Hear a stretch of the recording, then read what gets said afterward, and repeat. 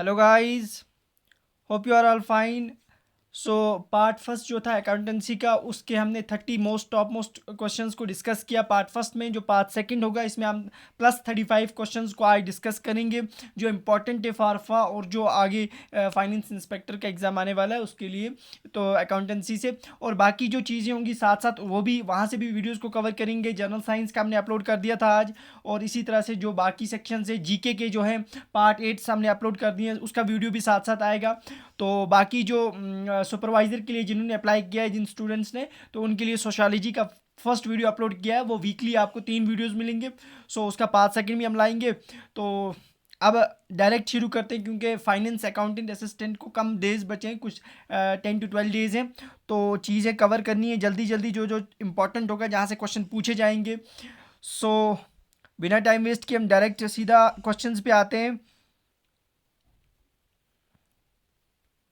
So first question हमारा है, accounting start with digest financial transaction and and with the accounting information के साथ। और किस से एंड होती है? जब अकाउंटिंग होती है तो अकाउंटिंग जो होती है उसमें कौन सी चीज़ सबसे पहले की जाती है?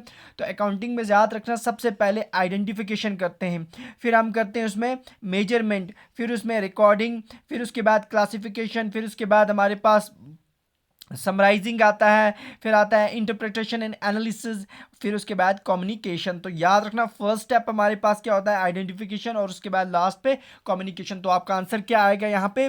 Identifying and communicating. तो हमारा आंसर यहाँ पे क्या आएगा? Fourth one, D part. सो नेक्स्ट क्वेश्चन हमारे पास क्या है?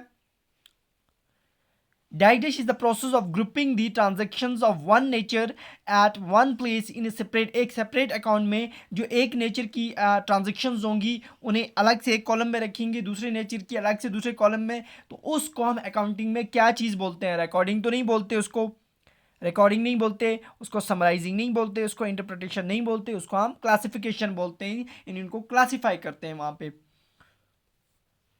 उसके बाद नेक्स्ट क्वेश्चन हमारे पास है, which of these is not part of current liabilities. अब क्या, पहले तो करंट लाइबिलिटीज क्या होती हैं? वो लाइबिलिटीज, वो ऑब्लिगेशंस होती है कंपनी की, जो उसको एक अकाउंटिंग पीरियड खत्म होने के साथ 1 ईयर के अंदर अंदर वो चीज़ें, वो जो कर्जे होते हैं वो अदा करने होते हैं, यानी उन्हें हम करंट लाइबिलिटीज बोलते हैं। लेकिन इनमें से कौन सी करंट लाइबिलिटी नहीं है? देखो, बैंक ड्राफ्ट आपके पास, ये तो करंट लाइबिलिटी है। बिल पेबल, ये तो आपको एक डेट फिक्स्ड होगी उसके अंदर अंदर पे करनी पड़ती है। और क्रेडिटर्स, ये भी है हमारे पास। लेकिन डिबेंचर्स जो होते हैं ये आपको लॉन्ग टर्म लाइबिलिटीज़ होती हैं, ठीक है ना। डिबेंचर्स क्या होती हैं? लॉन्ग टर्म इन्वेस्टमेंट्स होती हैं। ये जो होती हैं इसमें कोई कोलेट्रल हम बैकअप नहीं रखते हैं, 10 साल 20 साल के लिए होती हैं। तो डिबेंचर्स आपके पास वो कर्ज होते हैं जो आपको फिक्स लाइबिलिटीज़ में आते हैं, not current, long term liabilities इन्हें बोलते हैं। तो ये चीज़ याद रखना। सो नेक्स्ट क्वेश्चन हमारे पास है, which of the following is not considered as main branch of accounting. Accounting की कौन सी मेन ब्रांच नहीं है? देखो, कॉस्ट अकाउंटिंग तो है बिल्कुल, मैनेजमेंट अकाउंटिंग भी है, फाइनेंशियल भी है। तो तीनों जो हमारे पास हैं वो आपको अकाउंटिंग की मेन ब्रांचेस हैं। लेकिन कॉर्पोरेट अकाउंटिंग जो होती है वो आपको मेन ब्रांच नहीं है अकाउंटिंग की। याद रखना, डी पार्ट इसका आंसर आएगा फोर्थ वन का। फोर्थ का क्या आएगा हमारे पास? डी। सो नेक्स्ट क्वेश्चन हमारे पास क्या है? नेक्स्ट क्वेश्चन है हमारे पास, हाँ, नेक्स्ट है, in the measurement what type of transactions are considered during the process of accounting. Accounting के वक्त हम किस तरह की ट्रांजेक्शन्स को कंसिडर करते हैं मेजरमेंट में? तो मेजरमेंट जब भी करते हैं इन टर्म्स ऑफ मनी करते हैं, वहाँ पे वैल्यू होनी चाहिए कोई ना कोई चीज़। तो वो क्वालिटेटिव नेचर तो हो नहीं सकता उसका, उसका बोथ एंड भी तो आंसर नहीं है। जब क्वालिटेटिव नहीं है तो कॉन्विज से भी नहीं है उसका आंसर, उसका आंसर है क्वांटिटेटिव। हम वहाँ पे हम क्वांटिटी देखते हैं, क्या ट्रांजैक्शन आपको पैसे की लिहाज से, क्या 100 रुपये की हो रही है, 1000 की हो रही है, 2000 की, तो क्वालिटी वहाँ पे क्वांटिटी देखी जाती है। ये चीज़ याद रखना। तो नेक्स्ट क्वेश्चन हमारे पास है, ये था fifth one and sixth one. Six question क्या हमारे पास, the root of financial accounting का बहुत इंपॉर्टेंट है। ये फाक एग्जाम में बहुत बार, दोनों एग्जाम जो हुए उसमें शायद पूछा गया था। ये एक एग्जाम में तो पूछा गया था, एक जो कैंसिल हुआ था फर्स्ट टाइम। जो फाइनेंशियल अकाउंटिंग होती है उसका रूट क्या होता है? वो सोशल अकाउंटिंग होती है? नहीं। मैनेजमेंट भी नहीं है उसमें, सोशल रिस्पॉन्सिबल अकाउंटिंग भी नहीं है, वो है स्टीवर्डशिप अकाउंटिंग जो होती है, उसको रूट ऑफ फाइनेंशियल अकाउंटिंग कहते हैं। तो याद रखना, मोस्ट इंपॉर्टेंट। नेक्स्ट क्वेश्चन हमारे पास है, accounting does not record non financial transactions. देखो अकाउंटिंग के अंदर आपको नॉन फाइनेंशियल ट्रांजेक्शन्स नहीं रिकॉर्ड की जाती जिसमें मनी की वैल्यू इन्वॉल्व नहीं होगी, नॉन फाइनेंशियल, बिकॉज क्योंकि याद रखना एक कॉन्सेप्ट होता है अकाउंटिंग में जिसे मनी मेजरमेंट कॉन्सेप्ट बोलते हैं, जिसके तहत जो भी चीज़ें अकाउंटिंग के अंदर होती हैं उसमें पैसे की इन्वॉल्वमेंट होती है। तो मनी मेजरमेंट ज़रूरी होना चाहिए, नॉन फाइनेंशियल तो नहीं आ सकता। तो ये है इसका आंसर, याद रखना, ठीक है। सो नेक्स्ट क्वेश्चन हमारे पास है, provisions for discount is made due to the concept of. Accounting में एक कॉन्सेप्ट होता है जहाँ पे आप डिस्काउंट्स देते हो। जैसे कोई चीज़ होगी 1,000 रुपये की, आप उधर उस पर क्या कर देते हो, उसको 800 में ही दे देते हो, दैट्स कॉल्ड डिस्काउंट। तो उस डिस्काउंट जो होती है अकाउंटिंग में, वो एक कॉन्सेप्ट में उसके प्रोविजंस आते हैं। वो कौन सा कॉन्सेप्ट है? Conservatism, matching both in B and materiality. वो कॉन्सेप्ट हमारे पास कौन सा होता है? वो होता है कंजर्वेटिज्म कॉन्सेप्ट होता है। तो याद रखना है, इस कॉन्सेप्ट के अकॉर्डिंगली हम वहां पे डिस्काउंट्स देते हैं। Which of these is not fundamental accounting assumption नहीं है? तो इनमें से कौन सा फंडामेंटल अकाउंटिंग एजम्पशन नहीं है? देखो गोइंग कंसर्न आपका फंडामेंटल होता है, कंसिस्टेंसी भी होती है, एक्रूअल भी होता है, लेकिन कंजर्वेटिज्म आपका फंडामेंटल एजम्पशन नहीं होता है। याद रखना, इंपॉर्टेंट है। ज़्यादा डिटेल में नहीं जाऊँगा, टाइम क्योंकि वीडियो ज़्यादा लंबा हो जाएगा, सो थोड़ा तेज़ी इसमें जाएंगे। नेक्स्ट क्वेश्चन हमारे पास है, what is the objective of conservatism? जो कंजर्वेटिज्म है ये आपके पास फंडामेंटल अकाउंटिंग एजम्पशन नहीं होता है, लेकिन इसका ऑब्जेक्टिव क्या होता है? देखो इसका ऑब्जेक्टिव सिंपल सी बात होती है, लॉसेस को देखना, लेकिन प्रॉफिट्स नहीं देखे जाते। याद रखना, इसमें बहुत इंपॉर्टेंट चीज़ है, लॉस जो होता है उसको प्रिडिक्ट किया जाता है, लॉस को यहाँ पे प्रिडिक्ट किया जाता है, या जो हमारे एक्सपेंसेस होते हैं उनको हम प्रिडिक्ट करते हैं, लेकिन जो प्रॉफिट होता है या फिर हमारे पास गेन्स होते हैं वो चीज़ें इसमें नहीं देखी जाती। सो ये आएगा हमारे पास बी आंसर, इसका 10th का आपके पास क्या आएगा? B answer. So next question हमारे पास है, according to which concept the owner of the enterprise का जो ऑनर होता है pay an interest on the drawing. Suppose मैं मेरी ये कंपनी चल रही है, मैं उसका मालिक हूँ, ऑनर मैं हूँ, तो मैं वहाँ से कंपनी से कुछ पैसा वहाँ से खुद अपने पर्सनल इंटरेस्ट के लिए ड्राइंग करूँगा, वहाँ से पैसा निकालूंगा, लेकिन उस पैसे पे मुझे इंटरेस्ट देना होगा।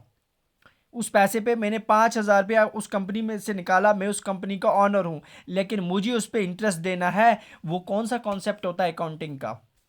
कौन सा कॉन्सेप्ट बोलते हैं उसे? उसे बोलते हैं एंटिटी कॉन्सेप्ट, क्योंकि बिजनेस और ऑनर दोनों अलग चीज़ें होती हैं वहाँ पे, कंपनी और ऑनर। क्योंकि कंपनी के लिए, उस बिजनेस के लिए, उस एंटरप्राइज के लिए जो ऑनर होता है वो एक क्रेडिटर होता है, यानी उससे वो जो उस पर पैसा इन्वेस्ट करता है, तो कंपनी के लिए वो क्रेडिटर है, यानी उससे उसने उधार पे वो चीज़ ली होती है, उसे वापस करना होता है, यानी कंपनी की वो लाइबिलिटी होती है। ये चीज़ याद रखना, जो ऑनर होता है वो वहाँ से अगर कोई चीज़ उसमें लगा रहा है, 5,000 10,000 कैपिटल लगा रहा है, तो बिजनेस के लिए वो लाइबिलिटी है। सो याद रखना, वो होता है एंटिटी कॉन्सेप्ट। नेक्स्ट हमारे पास कौन सा क्वेश्चन है? 12th वाला, which accounting concepts make distinct between the receipt of the cash and the right to receive. एक कॉन्सेप्ट होता है, मैंने किसी को सामान बेच दिया, सपोज कंपनी से उसने ले लिया, उसकी रिसेप्ट आ गई, बट अभी मैंने उससे कैश लिया नहीं है, मुझे उससे कैश लेना है। तो ये कौन सा कॉन्सेप्ट होता है? इसे एक्रूअल कॉन्सेप्ट बोलते हैं अकाउंटिंग में। सपोज मैंने कोई चीज़ दी, उसकी सेल होगी, लेकिन उससे मैंने अभी पैसा नहीं लिया, यानी ले बाद में लूंगा, दैट्स कॉल्ड एक्रूअल कॉन्सेप्ट। उसके बाद हमारे पास आता है प्रोपाइटर, जो होता है जिसको हम ऑनर बोलते हैं बिजनेस का, ये कंपनी का ऑनर होता है, उसे हम क्रेडिटर बोलते हैं बिजनेस का। क्योंकि बिजनेस के लिए वो क्रेडिटर इसलिए होता है क्योंकि बिजनेस जो होता है वो उसको सपोज उसने 5,000 रुपया लगा दिया, उसमें कंपनी में इन्वेस्ट कर दिया, एज ए कैपिटा कर दिया, तो कंपनी के लिए वो लायबिलिटी होगी, उसको वापस करना है, तो उसे क्रेडिटर बोलते हैं बिजनेस का। क्यों? वहाँ पे कौन सा कॉन्सेप्ट आता है? तो बहुत इंपॉर्टेंट है, याद रखना, वहाँ पे भी एंटिटी कॉन्सेप्ट होता है, क्योंकि बिजनेस और एंटरप्रेन्योर जो वहाँ का उसमें जो ऑनर होता है, ये दोनों अलग चीज़ें होती हैं। एक बहुत इंपॉर्टेंट क्वेश्चन है, कैश 5,000 रुपये के कैश जो होता है विड्रॉ फ्रॉम पर्सनल एक्सपेंसेस के लिए मैंने कंपनी में से उस बिजनेस में से निकाला। This will be debited to which account, किस अकाउंट में डेबिट हो जाएगा? सिंपल सी बात है, मैंने 5,000 रुपये निकाला तो कहाँ डेबिट हो जाएगा? वहाँ पे उस वक्त हमारे पास जो ड्राइंग अकाउंट होगा वो क्या हो जाएगा? डेबिट हो जाएगा। और कैश अकाउंट क्या हो जाएगा? क्रेडिट हो जाएगा। क्यों? कैश जो होगा वो क्रेडिट क्यों हो जाएगा?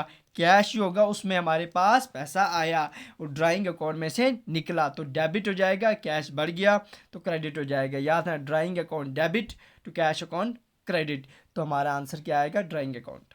14 का क्या आएगा? Drawing account. सो नेक्स्ट क्वेश्चन हमारे पास है, the proprietor of the business का जो मालिक होता है इज ट्रीटेड एज क्रेडिटर, उसको हम क्रेडिटर बोलते हैं। For capital introduced by him according to, suppose business का एक मालिक है ये, इसने क्या किया, इस बिजनेस में कैपिटल लगा दिया। कैपिटल सपोज उसने 10,000 रुपया वहाँ पे इंट्रोड्यूस किया बाय हिम, तो उस वक्त उसको हम किसके अकॉर्डिंग, कौन सा कॉन्सेप्ट लगता है वहाँ पे? तो वहाँ पे लगेगा एंटिटी कॉन्सेप्ट। याद रखना, जो उसने कैपिटल लगाया वो वहाँ उस वक्त उस कैपिटल जो होगा उस बिजनेस के लिए एज ए लायबिलिटी होगी। तो दोनों अलग चीज़ें होती हैं, वही वहाँ पे भी entity concept.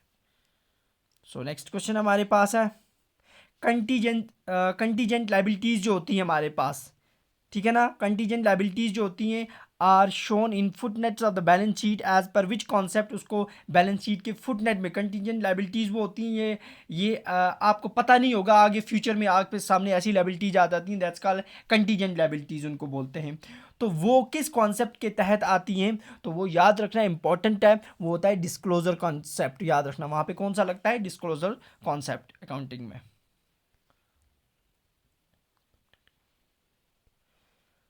Provisions for discount is made due to concept of, ये अभी भी हमने रिपीट हो गया क्वेश्चन, ये याद रखना, ये आपने अभी भी देखा, तो ये आपके पास कंजर्वेटिज्म है। उसके बाद नेक्स्ट क्वेश्चन होता है, वो human resources can't be shown in the balance sheet as because of the, कौन से कॉन्सेप्ट के तहत हम वहाँ पे नहीं यूज़ कर सकते जो हमारे पास या बैलेंस शीट के अंदर ह्यूमन रिसोर्सेज को? तो कौन सा कॉन्सेप्ट लगता है वहाँ पे? मोस्ट इंपॉर्टेंट है, याद रखना। तो वहाँ पे हमारे पास लगता है गोइंग कंसर्न कॉन्सेप्ट की अकॉर्डिंगली हम वहाँ पे बिजनेसेस जो होते हैं उसमें जो बैलेंस शीट होती है उसमें ह्यूमन रिसोर्सेज को एडप्ट नहीं करते। तो याद रखना, ठीक है ना। नेक्स्ट क्वेश्चन हमारे पास है, which of this is not an internal user of accounting के इंटरनल यूजर कौन से नहीं होते? देखो सिंपल सी बात है, इंटरनल यूजर कौन सा नहीं होगा? ऑनर, वो तो इंटरनल यूजर होता है, एम्प्लॉय वहाँ पे काम करते हैं तो इंटरनल, मैनेजमेंट होती है, पोटेंशियल इन्वेस्टर जो बाहर का वहाँ पे इन्वेस्ट करेगा वो इंटरनल यूजर नहीं होता है। डी पार्ट इसका आएगा आंसर, ठीक है। सो नेक्स्ट क्वेश्चन हमारे पास है, which of the following asset is known as active asset? कौन सा एसेट एक्टिव होता है? तो एक्टिव एसेट हम किसको बोलते हैं? जो एक्टिव एसेट होगा तो वो हमारे पास करंट एसेट्स होते हैं। करंट एसेट्स कौन से होते हैं? करंट एसेट्स हमारे पास, जैसे हमारे पास फिजिकल कैश है, ये हमारे पास क्या है? करंट एसेट है। ट्रेजरी बिल्स आ जाती हैं, रॉ मटेरियल आता है, ये material in work in progress में जो चीज़ें आ जाती हैं ये सारी करंट एसेट्स में आ जाती हैं, तो उन्हें एक्टिव एसेट्स बोला जाता है। नेक्स्ट क्वेश्चन हमारे पास, when purchase goods are returned by the supplier, when purchase goods are returned to supplier, these returns are termed as, मेरी कंपनी है, मैंने कोई चीज़ें सप्लायर से लाई हैं, उनमें से कुछ चीज़ें मुझे ख़राब निकली, डिफेक्टिव निकली, वो चीज़ें मैंने उसको वापस कर दी सप्लायर को, उस वक्त हम क्या बोल रहे हैं? कंपनी में से चीज़ें जा रही हैं तो क्या बोलेंगे उसे? सिंपल सी बात है, क्या बोलेंगे उसे? Return outwards. मैंने वो चीज़ें वापस कर दी सप्लायर को क्योंकि उनमें डिफेक्ट था, दैट्स का रिटर्न। अब कोई चीज़ है, कोई डेबिटर आपके पास वो चीज़ें वापस ला के दे रहा है किसको? कंपनी को। उसको कुछ लगा, उसने कंपनी से या किसी फर्म से वो चीज़ ली थी, तो उन्हें हम रिटर्न इनवर्ड्स बोलते हैं। सी पार्ट आएगा इसका 21 का, ठीक है ना, सी पार्ट। और नेक्स्ट क्वेश्चन हमारे पास क्या है, देखो, डैश डैश या दोज एसेट्स, वो assets which can't be realised in cash, जिनको हम कैश में रियलाइज ना कर सकें। No further benefits can be derived from these, उन एसेट्स से हमें फर्दर बेनिफिट्स भी ना मिले, ना उन्हें हम कैश में कन्वर्ट कर सकें। तो उन एसेट्स को क्या बोलते हैं? उन एसेट्स को बोलते हैं नॉमिनल एसेट्स। नेमिंग होते हैं ओनली, इनको ना ही इनके फ्यूचर बेनिफिट्स मिल सकते हैं और ना ही इन्हें कैश में कन्वर्ट कर सकते हैं। देखो एक्रूअल कॉन्सेप्ट, इसमें बहुत बार क्वेश्चन आया है। In accrual concept revenue is recorded when, revenue कब रिकॉर्ड किया जाता है कि हाँ हमें रेवेन्यू आ गया, जिस दिन हमने सेल कर दी। कैश आया या ना आए वो हमें लेना है बाद में, लेकिन जिस दिन सेल हो गई दैट मीन्स हमारे पास रेवेन्यू बुक्स में रिकॉर्ड हो जाएगा। तो हमारे पास 23 का क्या आएगा? बी पास सेल्स एंड मेड। कैश बाद में आए दैट्स कॉल्ड एक्रूअल कॉन्सेप्ट। उसके बाद नेक्स्ट क्वेश्चन हमारे पास, एज पर द लॉ के अकॉर्डिंगली इनमें से विच of the following is the correct accounting period. देखो अकाउंटिंग पीरियड कहाँ से स्टार्ट होता है? सिंपल सी बात, सबको पता होगा अकाउंटिंग पीरियड जो होता है वो स्टार्ट होता है 1 अप्रैल से 31 मार्च। स्पोर्ट 2022 चल रहा था, खत्म हो गया, उसके 1 अप्रैल से शुरू हुआ अकाउंटिंग पीरियड और 31 मार्च 2024 तक वो रहेगा। That's called as accounting period. Next question, according to dash dash the entire life of the business should be divided into time interval। business की पूरी लाइफ को हम टाइम इंटरवल्स में डिवाइड कर देते हैं फॉर द मेजरमेंट ऑफ, ताकि हम प्रॉफिट ऑफ द बिजनेस को देख सकें, उसको डिफरेंट टाइम इंटरवल्स में डिवाइड करते हैं। तो वो कौन सा कॉन्सेप्ट होता है जिसके अकॉर्डिंगली हम डिवाइड करते हैं? वो होता है अकाउंटिंग पीरियड को प्रिंसिपल, जिसके अकॉर्डिंगली हम उसको डिवाइड करते हैं। उसके बाद नेक्स्ट है, which accounting standard deals with the financial instrument disclosure के साथ कौन सा अकाउंटिंग स्टैंडर्ड डील करता है? तो अकाउंटिंग स्टैंडर्ड जो है हमारे पास वो है 32। तो डी पार्ट जो होता है ये डील करता है किसके साथ? Accounting standard 32। नेक्स्ट क्वेश्चन हमारे पास है,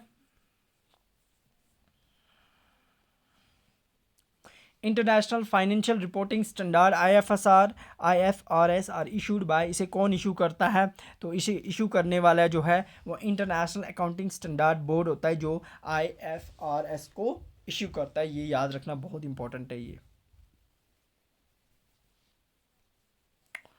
28 जो क्वेश्चन हमारे पास है, डबल एंट्री सिस्टम की बात करें तो वो किस अकाउंटिंग प्रिंसिपल पे बेस्ड होता है? Double entry system. तो डबल एंट्री सिस्टम जो होता है हमारे पास वो बेस्ड होता है dual aspect of the principle. वहाँ पे डेबिट क्रेडिट दोनों होती है, तो इसीलिए उसको ड्यूअल एस्पेक्ट बोला जाता है, उस पर बेस्ड होता है। 29 question, source documents are also referred as, जो सोर्स डॉक्यूमेंट होते हैं उन्हें हम क्या बोलते हैं? Also known as supporting documents बोलते हैं। नोट्स नहीं, इनवॉइसेस नहीं बोलते हैं, उन्हें हम सपोर्टिंग डॉक्यूमेंट्स बोला जाता है।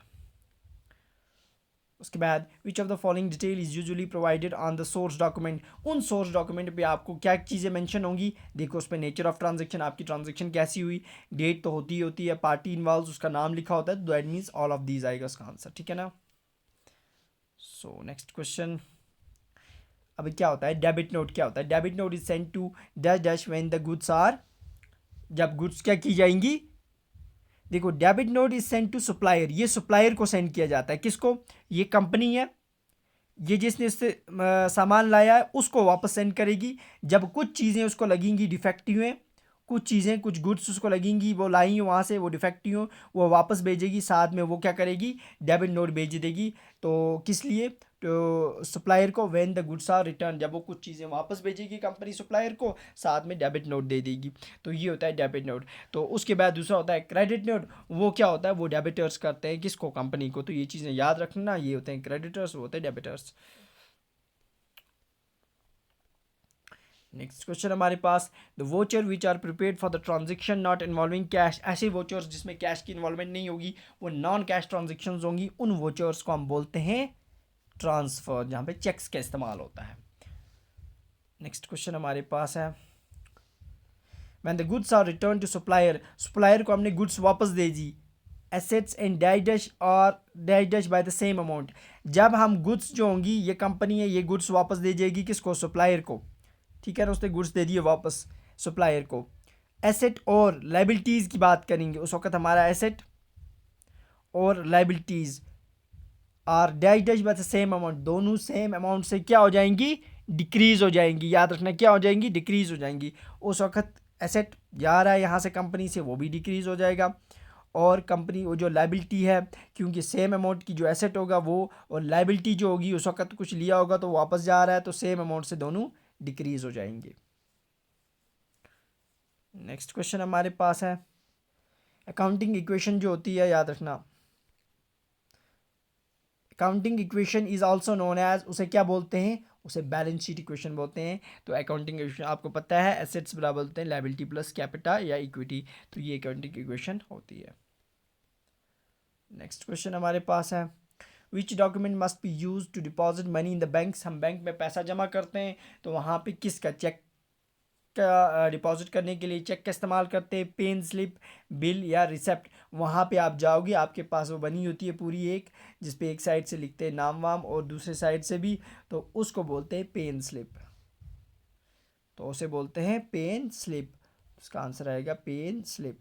तो ये 35 क्वेश्चंस कंप्लीट किए। इसी तरह से ये सीरीज़ कंटिन्यू रहेगी और कोशिश करेंगे 50-50 प्लस एमसीक्यूज़ लाने के इस पे अकाउंटेंसी पे, ताकि चीज़ें आपको सारे टॉपिक्स क्लियर हो जाए जल्दी जल्दी। और क्योंकि आपको टाइम कम बचा हुआ है, इसलिए हम कोशिश करेंगे तो अपनी तरफ से कि आपको ज़्यादा से ज़्यादा एमसीक्यूज़ प्रैक्टिस करवाएं, ताकि चीज़ें आपको अच्छे से समझ आएँ। और बाकी जो वीडियोज़ होंगे बाकी टॉपिक्स पे, वो चीज़ें भी साथ लाएँगे। तो और जो भी इस चैनल पे नया है वो चैनल को सब्सक्राइब कर ले, बेल आइकन को प्रेस कर ले, ताकि आपको वीडियो की नोटिफिकेशन मिल जाए। और टेलीग्राम ज्वाइन करने के लिए डिस्क्रिप्शन में लिंक दिया हो, वहाँ से आप ज्वाइन कर सकते हो। सो मिलते हैं कल। ओके, अल्लाह हाफिज़, थैंक यू।